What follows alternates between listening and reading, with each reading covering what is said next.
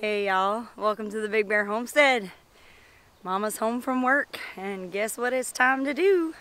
It's time to go walk the property and see what all damage we had done with the storm last night. So if you want to walk with me, let's go.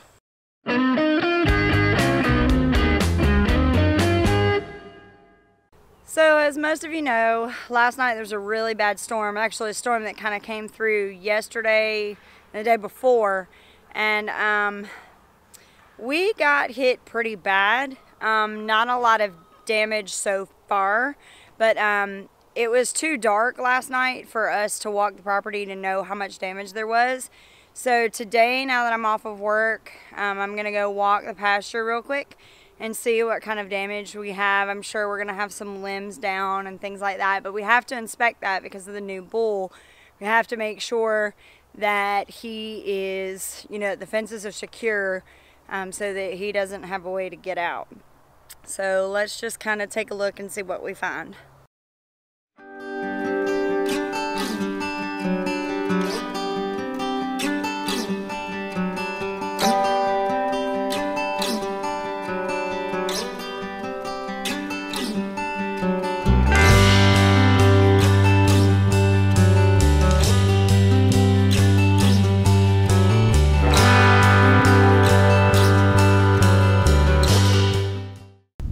Okay, so right over here behind me, I'm going to show you some footage in just a second. Maybe you could see a little bit right there. There is a tree that was leaning a little bit, but now it has completely fallen and it's laying on our fence. And we definitely got to get out here and fix that because it's low enough. The fence is low enough that the cows can get over that. So we're gonna have to, I don't know if we're gonna chop the tree up or if we're just gonna run a row of barbed wire over the top of it just for the time being.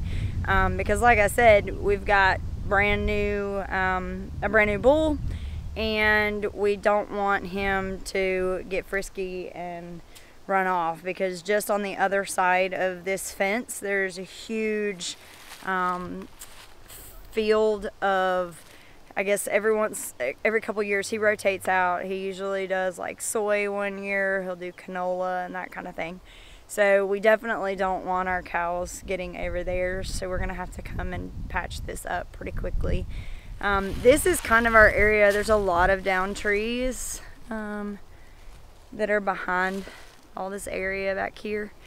So, you know, a lot of times trees falls back here and we're not sure which ones are new and which ones are old.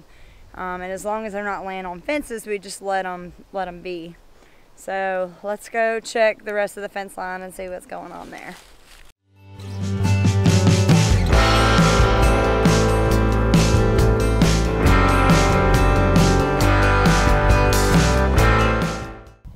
Okay, so right behind me is one of our swarm traps. And Blaze is filming it right now. Say hi. And he has informed me that he is the bomb.com because he helped build these and place them. And it looks like we've got a swarm in there. So he's pretty excited about it, and I think we all are. So we'll keep checking it out to see over time if it turns into a hive or not. We'll just keep our fingers crossed. Keep your fingers crossed, Blaze.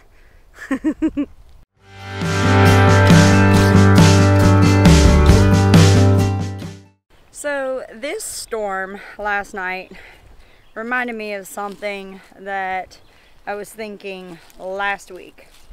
I was stuck in traffic, and let me back up just for a second. So last night Blaze was at work and he called Jason and I and said, hey, looks like there might be a tornado coming your way, so you definitely need to make sure you guys are prepared for that. And so we all went into prepared, you know, mode and got bags, put them up underneath the house and everything. And poor Ladessa just like freaked out for some reason. She doesn't normally do that, but for some reason she just got a little, I don't know, just a little frazzled.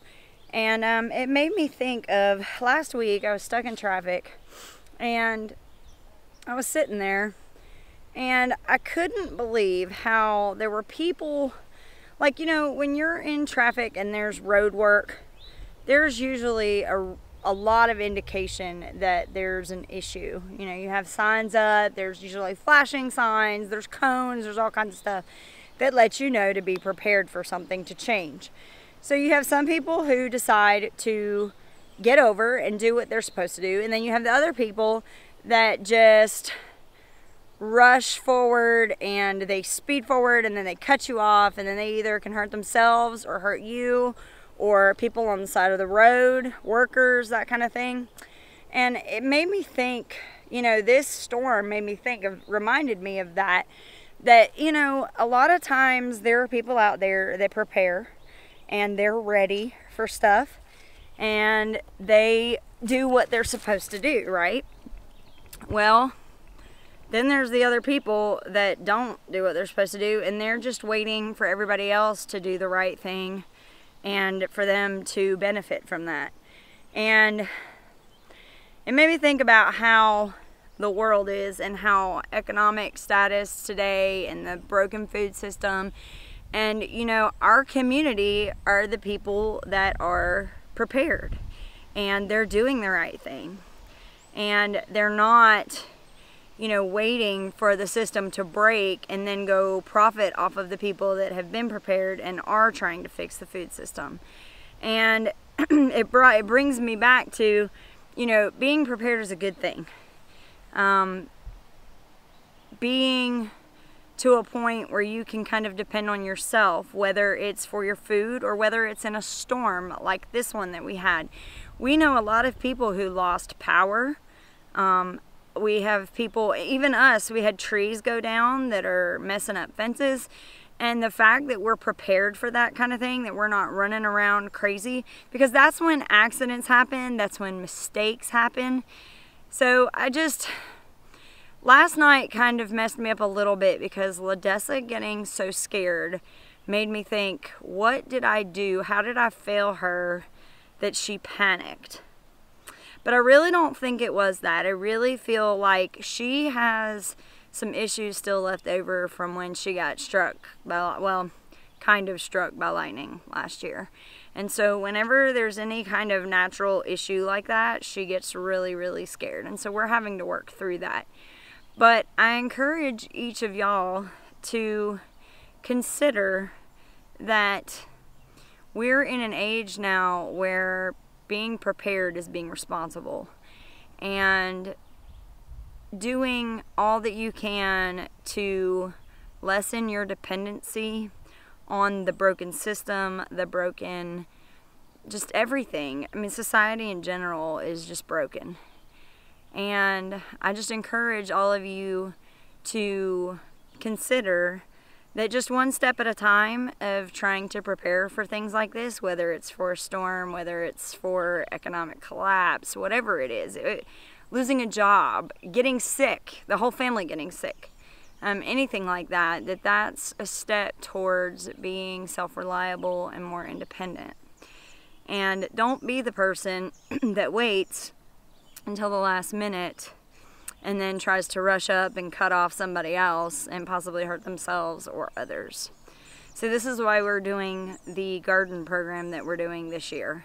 We want to empower all of you that don't have, 21 acres to grow anything, that maybe you just have a few container boxes, that you can grow some food, put it away, store it, use it for later. And so now that I've done my deep thoughts by Jack Handy moment, let's get back to checking these fence lines.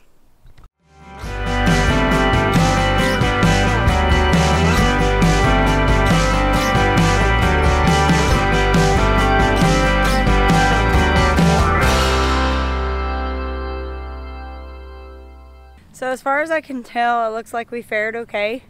Just that one tree that was down by the fence line, everything else looks okay.